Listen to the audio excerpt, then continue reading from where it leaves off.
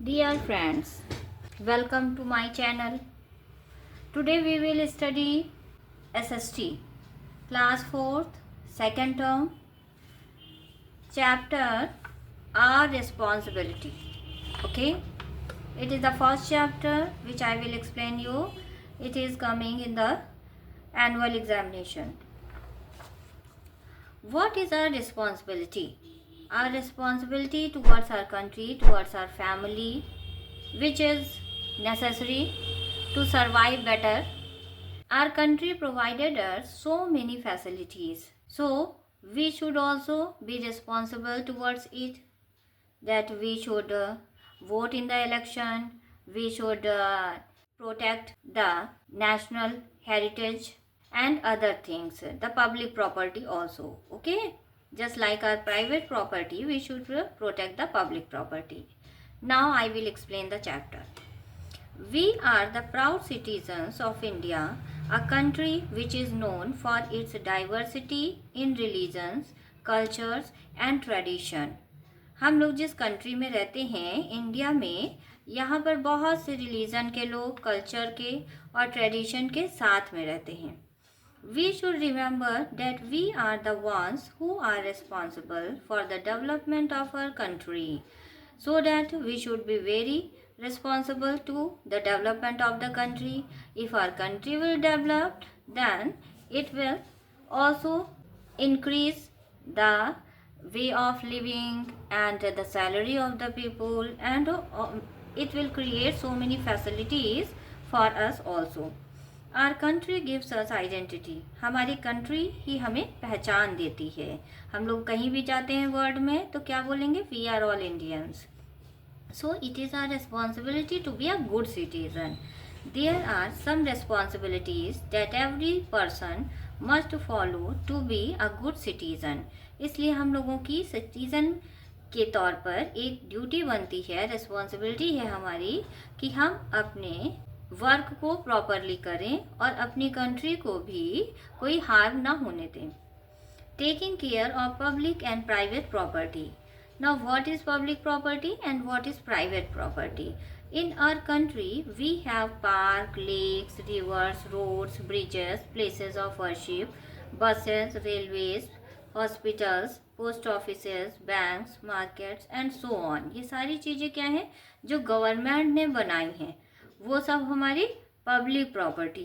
These facilities are called public properties as they are constructed and maintained by the government for the benefit of citizens of the country. क्योंकि ये सारी चीज़ें किस लिए बनाई हैं? हमारी कंट्री के बेनिफिट के लिए, हमारे सुविधाओं के लिए गवर्नमेंट ने बनाई हैं. Our historical monuments are the cultural heritage of our country, which help us to understand our glorious history.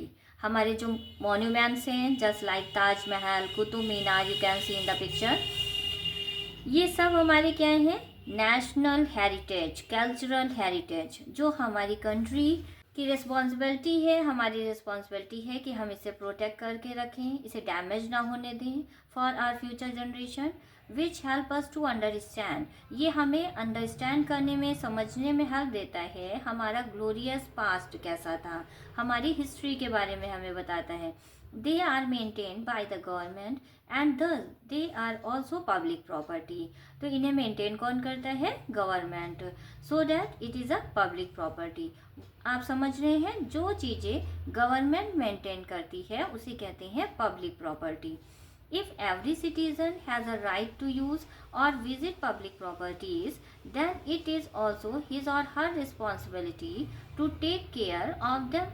अब हम लोग क्या करते हैं? इन जगहों पे जाते हैं विजिट करने के लिए, एंजॉय करते हैं, तो हमारी ये रिस्पॉन्सिबिलिटी बनती है कि हम इनकी केयर करें, इन्हें डिस्ट्रॉय ना होने दें.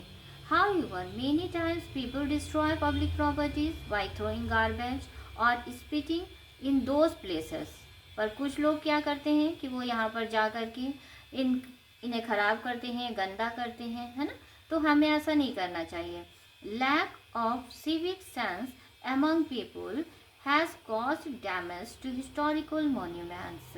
अब ऐसा लोग क्यों करते हैं? वही लोग ऐसा करते हैं जिनके अंदर लैक ऑफ सिविक सेंस, मतलब सिविक सेंस की कमी होती है, यानी वो इस चीज़ को रियलाइज़ नहीं करते हैं कि हाँ ये पब्लिक प्रॉपर्टी है, हमारे लिए केवल विजिट करने के लिए है, हम इसे गंदा नहीं कर सकते, क्योंकि अगर हम इसकी केयर नहीं करेंगे तो हमारी नेक्स्ट जनरेशन के लिए शायद ये अवेलेबल भी नहीं होगी इतनी सुंदर फॉर्म में।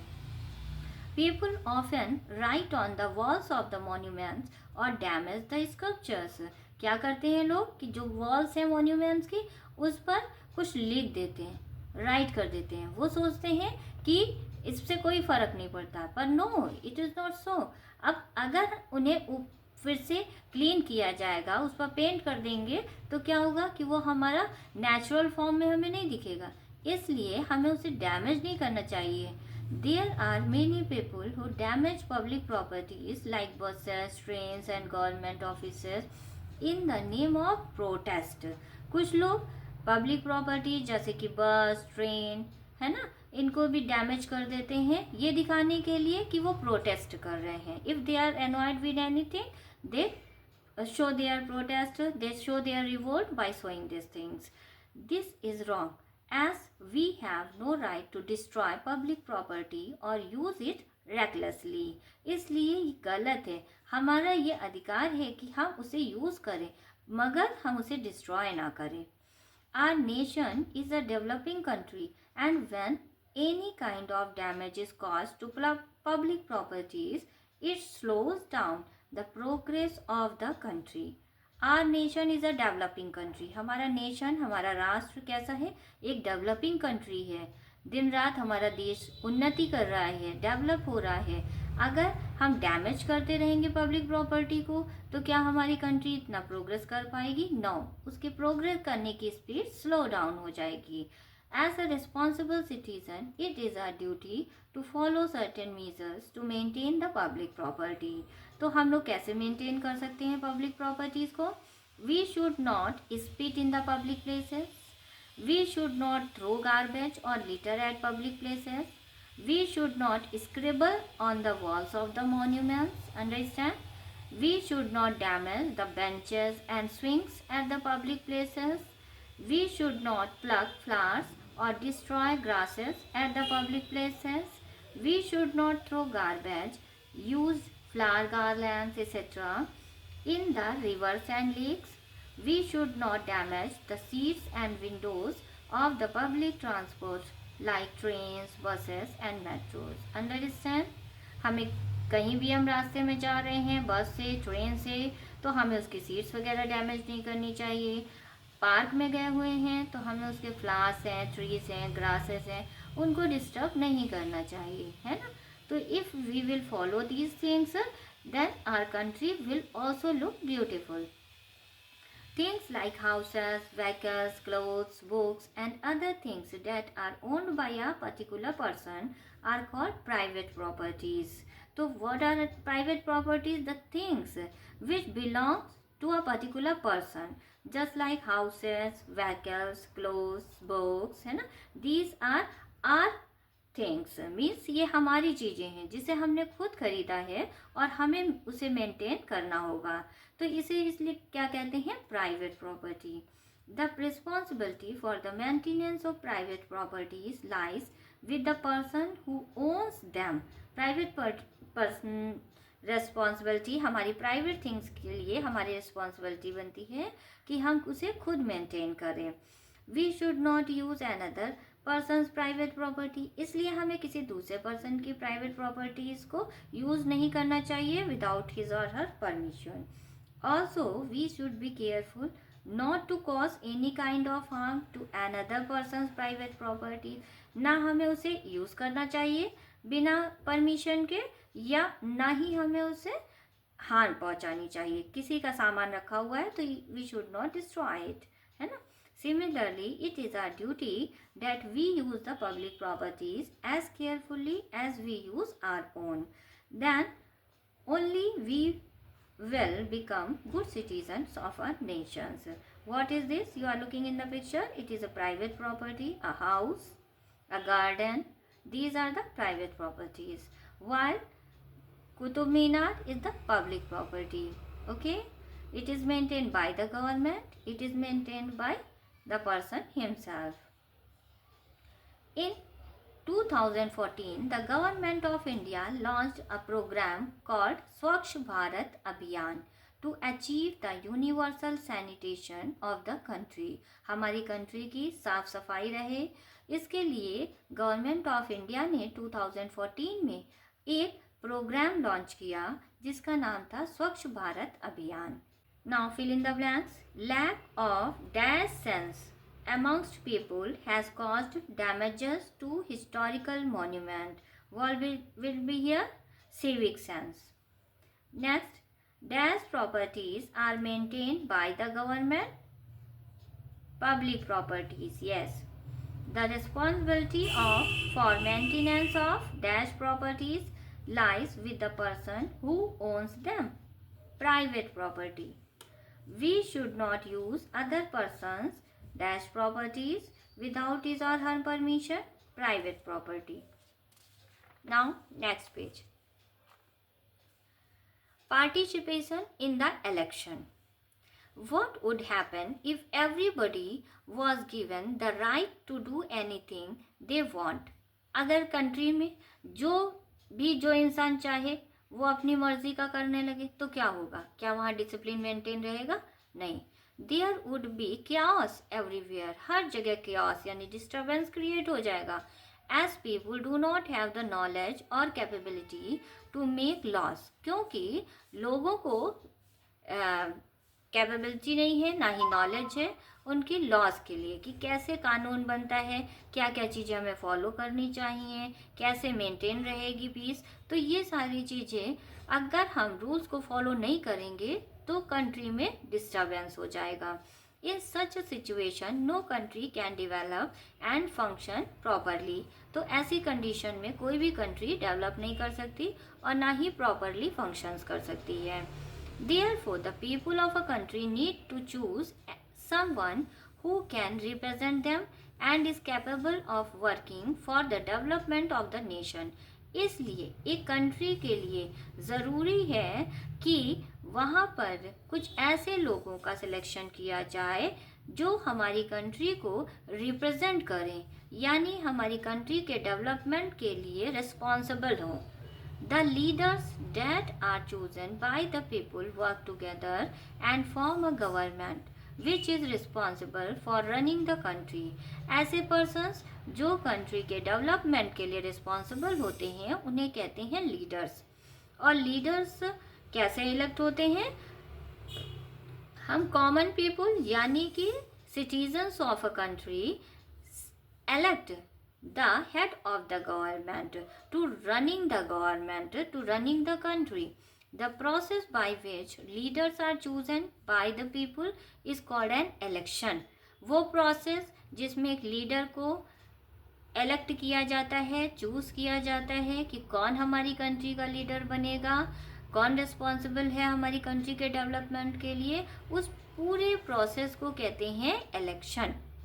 In India, elections are held after every 5 years. अब इलेक्शन कितने सालों में कराया जाता है? After every 5 years. Any person who is a citizen of India and above 18 years of age is eligible to cast his or her vote in the elections and is called a voter. हर एक person जो कि हमारी country का citizen है, India का citizen है और जिसकी एज 18 ईयर्स या इससे ज़्यादा है, वो वोट दे सकता है.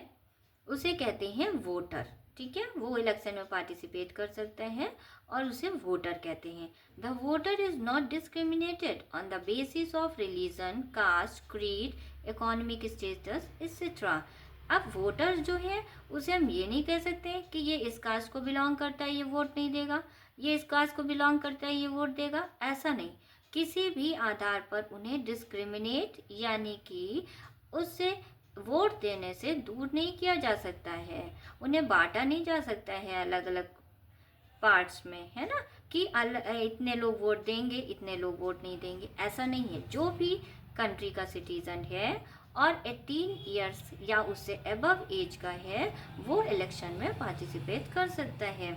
On the day of elections, people visit their assigned polling booth to vote. अब इलेक्शन वाले दिन क्या होता है कि सभी के पास एक स्मॉल स्लिप आती है जिसमें कि लिखा रहता है कि किस पोलिंग बूथ पे आपको जाना है और वोट देना है. In India voting is done by electronic voting machine. Okay, electronic voting machine को ईवीएम कहते हैं, जिससे कि हम वोट दे सकते हैं. In EVM a list of candidates names and their symbols is there with a blue button next to it. आप ऊपर देख सकते हैं electronic voting machine. This is electronic voting machine. इसमें ये साइड ब्लू बटन दिए हुए हैं. इधर क्या लिखा हुआ है? वोटर्स के नेम लिखे हुए हैं कि कौन पर्सन इलेक्शन में खड़ा हुआ है. ठीक है, नॉट वोटर्स, जो पर्सन इलेक्शन के लिए एलिजिबल हैं, जो पर्सन हमारे कैंडिडेट्स हैं जिन्हें हमें वोट देना है, उनके नेम्स लिखे हुए हैं. उसके आगे यहाँ पर सिंबल बने हुए होते हैं जो कि हम देख करके इनका नेम रीड करके और इनके सिंबल्स देख करके इसके आगे जो बना ब्लू बटन है उसे प्रेस कर सकते हैं. जब हम इस बटन को प्रेस करेंगे तो इससे कनेक्टेड एक ये मशीन रखी हुई है जिसमें हमारा वोट कास्ट हो जाएगा. कंप्लीट होने पर यह प्रोसेस फिर काउंटिंग की जाती है और काउंटिंग के बाद जिस सीट के लिए ज़्यादा पार्टी आती है, ज़्यादा पार्टी के मेंबर्स होते हैं, इलेक्ट होते हैं, वही विनर हो जाती है. Okay, the voters can press the button next to the candidate's name he or she wishes to vote for. Okay, जिसके लिए आप देना चाहते हैं उसके आगे बना बटन दबा देंगे.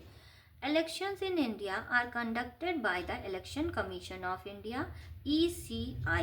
ECI is the Election Commission of India. The Chief Election Commissioner, CEC, is appointed by the President of India. कौन अपॉइंट करता है इसके हेड को? चीफ इलेक्शन कमिश्नर को कौन अपॉइंट करता है? President of India. Election commission announces the date of elections. अब किस डेट में इलेक्शन होगा, कब होगा, ये कौन डिसाइड करता है? Election commission. It also makes sure that the elections are conducted in a fair manner. इस चीज़ का भी ध्यान रखा जाता है कि इलेक्शन फेयर मैनर्स में हो, कोई चीटिंग ना करे. It ensures the participation of all eligible citizens of India in the elections. The results of election are also announced by the election commission. Counting करने के बाद जो रिजल्ट आता है उसे भी अनाउंस कौन करता है? Election commission. Okay, thus as the responsible citizen of India we must honor the right of voting given by the Constitution of India. इसलिए एज अ रिस्पॉन्सिबल सिटीज़न होने के नाते हमें ऑनर करना चाहिए, हमें रिस्पेक्ट करनी चाहिए हमारे इस राइट की. ये हमारा राइट है, वोट देने का राइट, तो हमें इससे ध्यान में रखना चाहिए और वोट देने जाना चाहिए.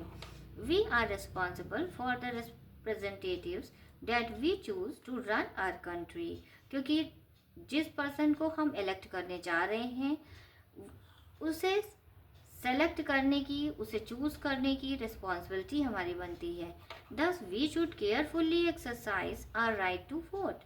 We must not get influenced by anybody. हमें किसी के कहने पर वोट किसी पर्टिकुलर पार्टी को नहीं देना चाहिए, बल्कि we should learn more about the candidates who we like to elect and whether he or she will be able to work for the welfare of the country. हमें ये check करना चाहिए कि जिस पर्सन को हम इलेक्ट कर रहे हैं वो हमारी कंट्री के वेलफेयर के लिए काम करेगा या नहीं. Thus, by participating in the election process, we become responsible citizen of our nation. इस तरीके से हम अपने नेशन के एक रिस्पॉन्सिबल सिटीजन बन सकते हैं. Okay, now for exercises you can see my next video. I will give all the details of the exercises in my next video. Till then, learn well, study well. Bye bye.